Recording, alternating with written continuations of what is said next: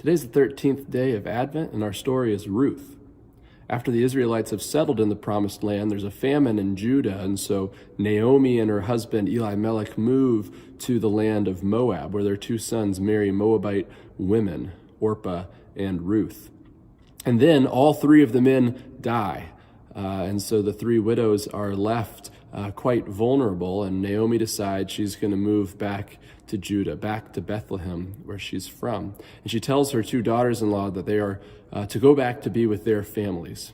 But Ruth says, no. Ruth says, I'm going to accompany you back to your land. And even though she's under no obligation to Naomi, she stays loyal to her. And she says, where you go, I go. Your people will be my people. Your God will be my God.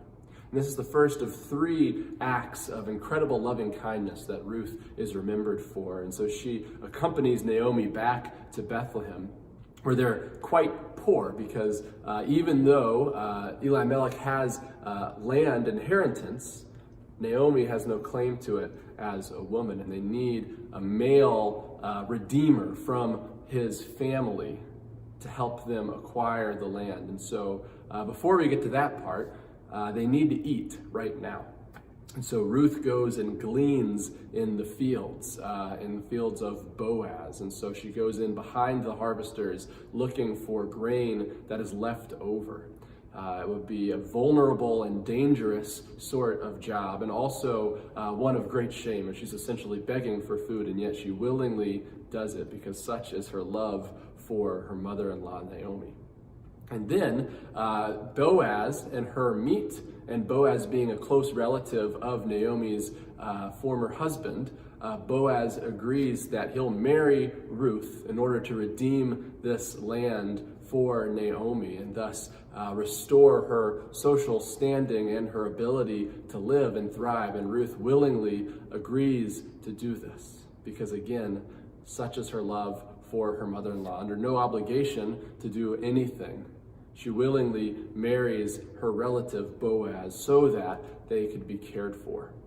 And so Ruth is remembered as an example of loyalty and of loving kindness. And as a result, she too, even though she is a Moabite, is ingrained into this story of this family. So much so that, like Rahab yesterday, she becomes one of the four women named in Matthew's genealogy of Jesus because Boaz is Rahab's son.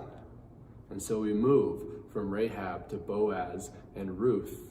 And then that will continue on down to Jesse and David and eventually to Jesus.